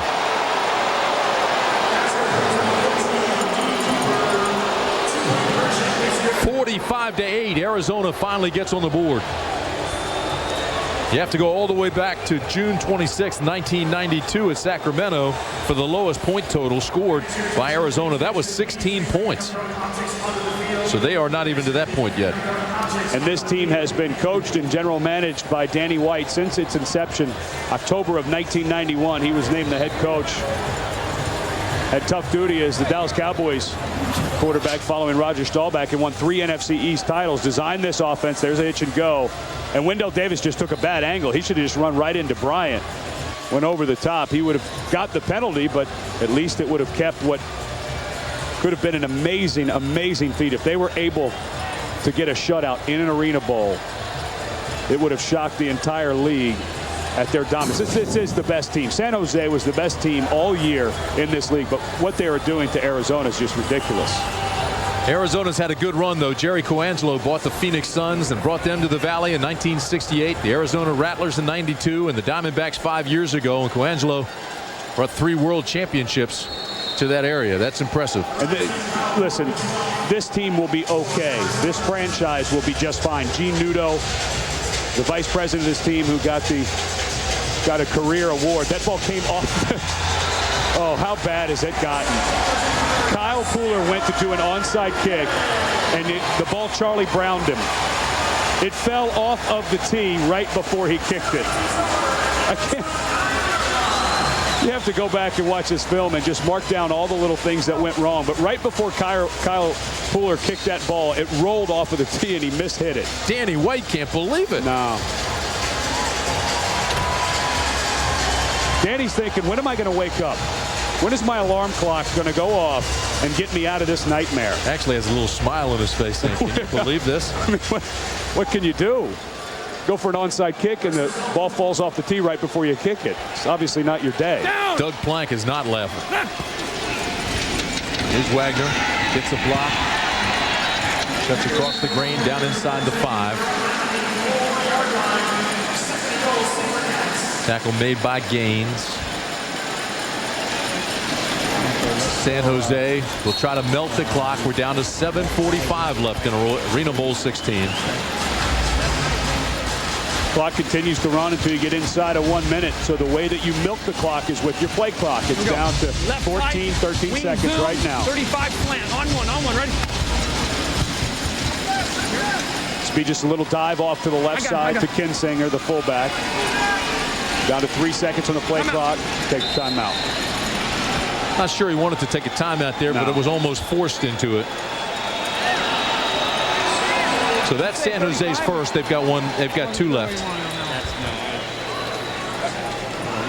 You talk about the role that John Dutton has been on. Really, it started in the second half against Tampa Bay in the quarterfinals. He threw an interception that got returned for a touchdown. And from that moment forward, this playoff run he has been on since that second half, bringing Tampa Bay back, and it continued into today, has been sensational. Dutton has gotten all the protection that he has needed. They've been great up front. He's got good touch on his balls, floats it over the top, and he throws the ball on time. He doesn't stand back there and pat the ball. Of course, it helps to have the bevy of talented receivers that he has, but don't take credit away from the role that he has been on. 19 of 25 today. Last week, another great game. He's been just absolutely sensational in the playoffs. Wow, look at those numbers. How about this team? 13-1 league record for wins. Beat Tampa Bay, then beat Orlando today. Handling Arizona. They'll go to 16-1. Here's Kinsinger.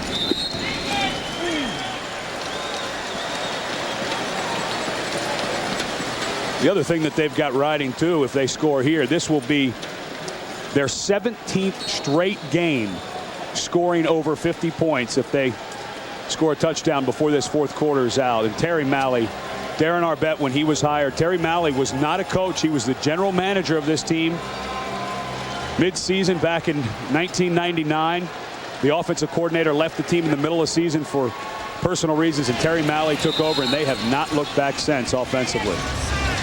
Tim and Ed, that was Matt Kinsinger carrying the ball. Just to point out the fact that Bob McMillen, when he went off the field, the injury was a pinched nerve in his neck, a stinger, but he should be okay. All right, Swanee, thank you for that. More on Terry Malley. You mentioned he coached the head coach at Santa Clara University, took over for his legendary dad there. Coach Brent Jones. He was a college quarterback himself. And last weekend, because of the game here in Orlando, Coach Malley could not be at the induction of Brent Jones into the College Football Hall of Fame. Big fourth down here for Dutton. Throws to the back of the end zone. He's got James Hundon. James Hundon's third touchdown catch of the afternoon.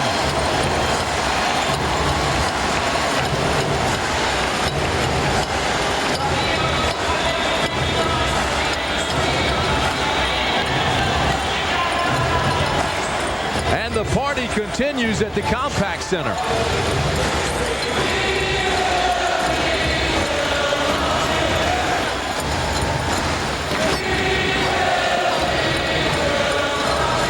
San Jose has a very, very important question that needs to be answered right now. Who's buying? I heard you, partner, asking where the party is.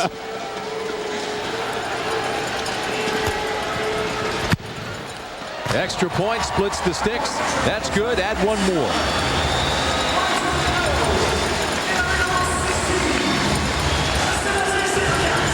(52-8). Hard to believe. The SaberCats taking what they want and then some. And what a day for Hundon.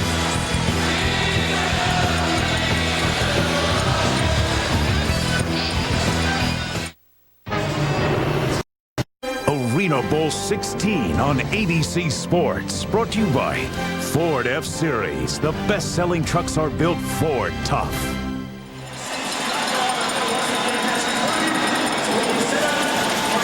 Jose with 8 offensive possessions in this ball game and produced 7 touchdowns, 1 field goal, 8 for 8, even though you call a field goal a stop. You still want to argue with me about that, don't you? That's some kind of offensive production. And the Arizona Rattlers have run 34 plays and scored 8 points.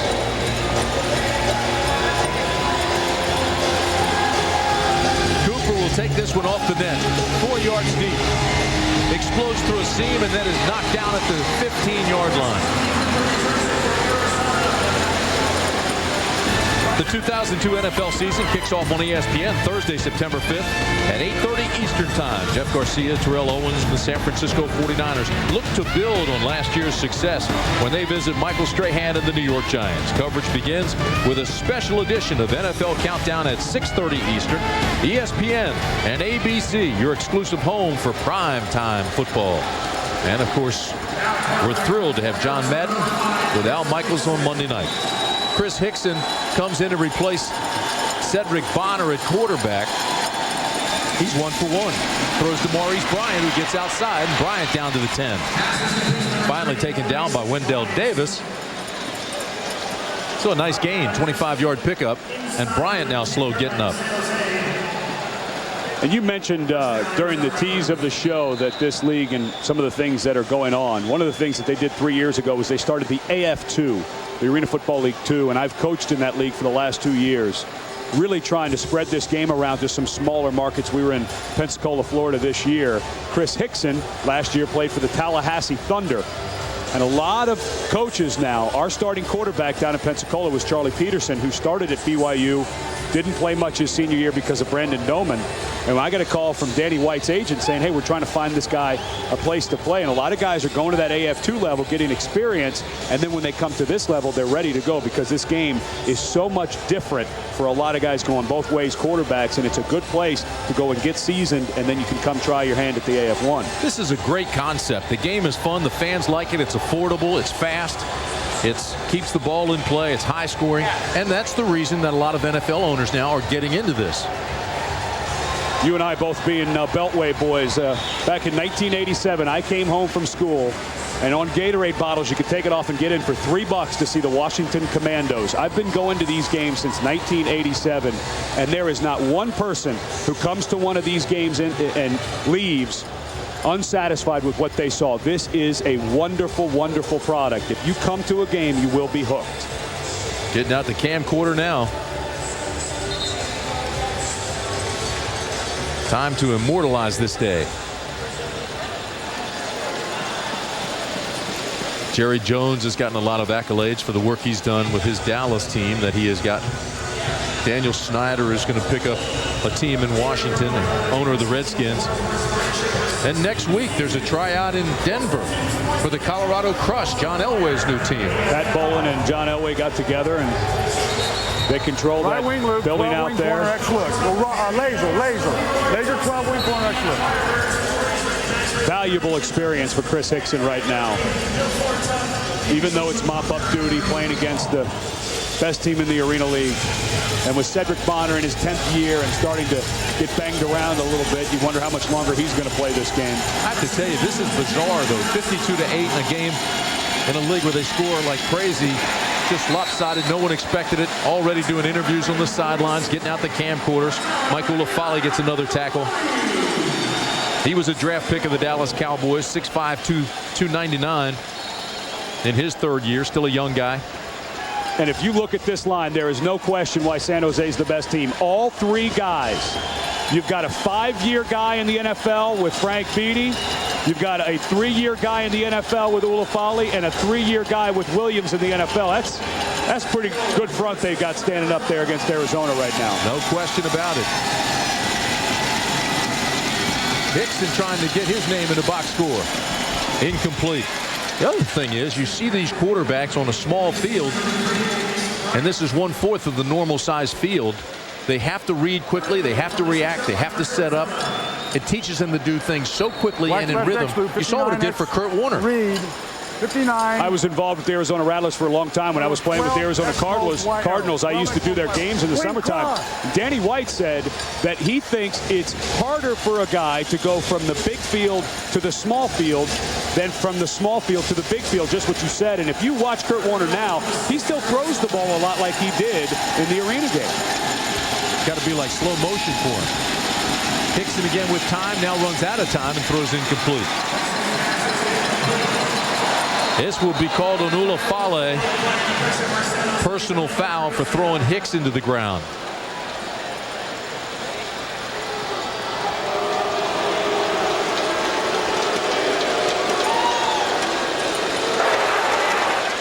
Personal foul, roughing the passer, hands to the face, number 99 on the defense. Penalties half the distance to the goal, automatic first down. Chris Hickson, 5 touchdowns, 2 interceptions. He's hit 62% of his passes, but has not had much playing time.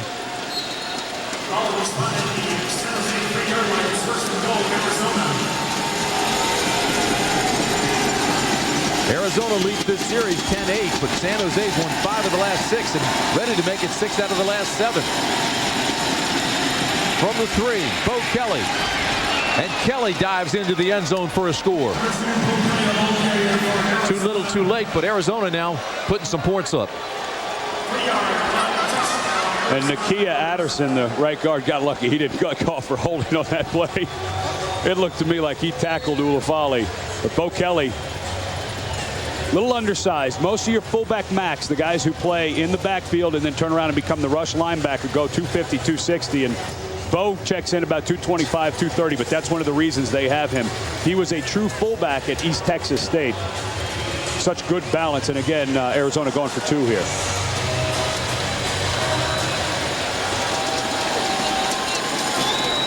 Cooper's the motion man. Throws it into the end zone, and Bryant can't hold on.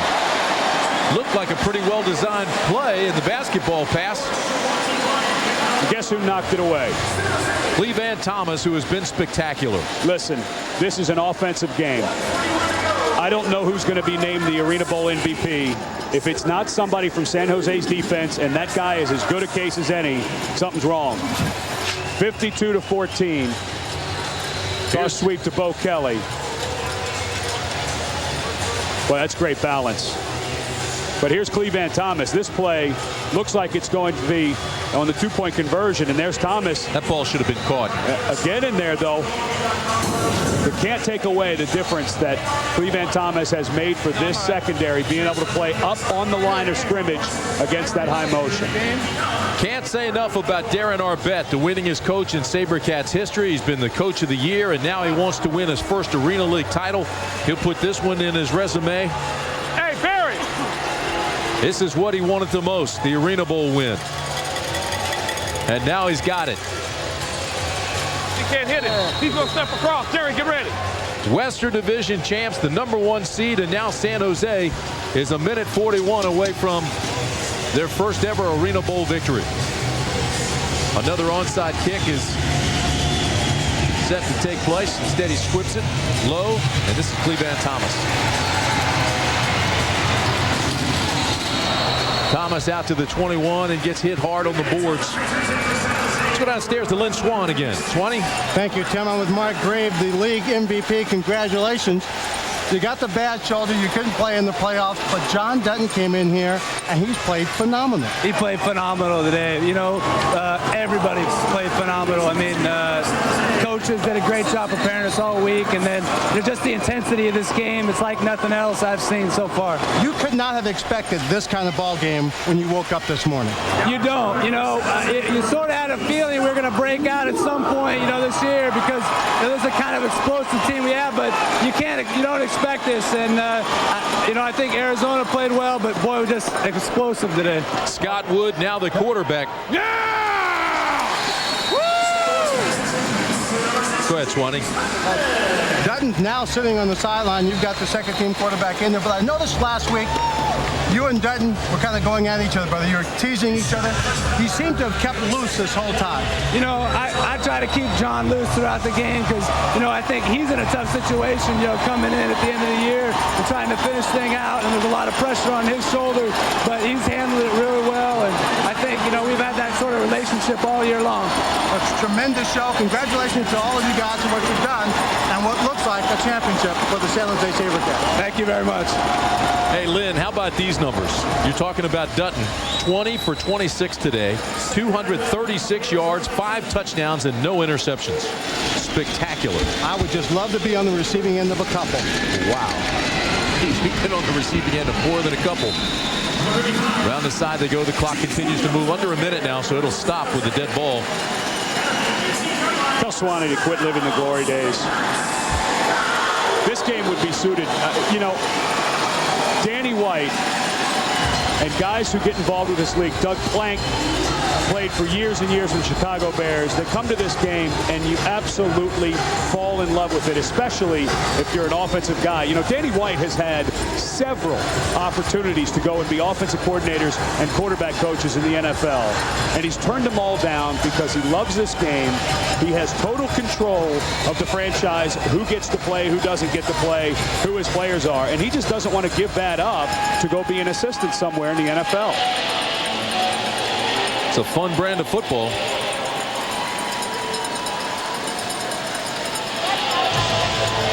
San Jose has now won 14 straight home games, 17 of the last 18. An incredible run. Danny White, who is one of the best game-time adjustment coaches in the AFL, had no answers today. Scott Wood started 13 games for San Jose back in 1999. 45 touchdown passes that year. 38. Reset the clock to 38 seconds.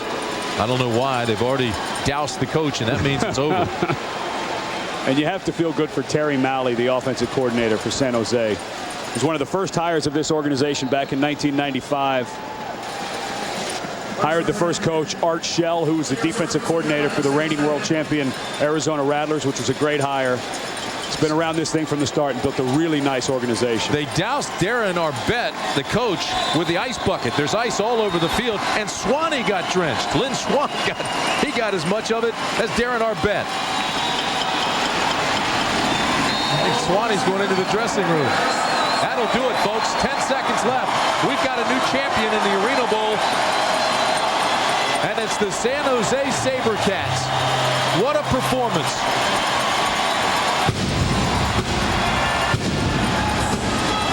San Jose 52. Arizona 14. Arena Bowl 16 goes to San Jose.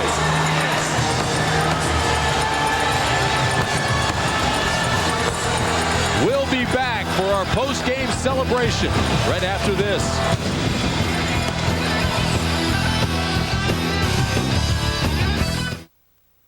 I will not.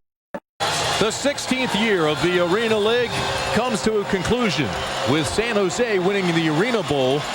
And I mean in fine fashion, 52-14 over Arizona. That is the final. What a year this has been for the SaberCats. 13-1, the league record for wins. Beat Tampa Bay and Orlando, and now Arizona in the playoffs to go 16-1 and win the Arena Bowl. Spectacular performance. And really the most dominant team all year. Arizona knocked them off out of the chance of having an undefeated season late in the season, week 13. But Darren Arbette and Terry Malley and the rest of his staff, talented players, yes, but they did a fantastic job, and their best coaching job of the year came in the Arena Bowl. Darren Arbette has been the top seed 2 times in 3 years. He went 10-4 in 2000. His team went 12-2 in 2001 and 16-1 in 2002. And with that comes the trophy for Arena Bowl 16. We'll have the presentation. We'll get the most valuable player and the Iron Man of this ball game when we come back.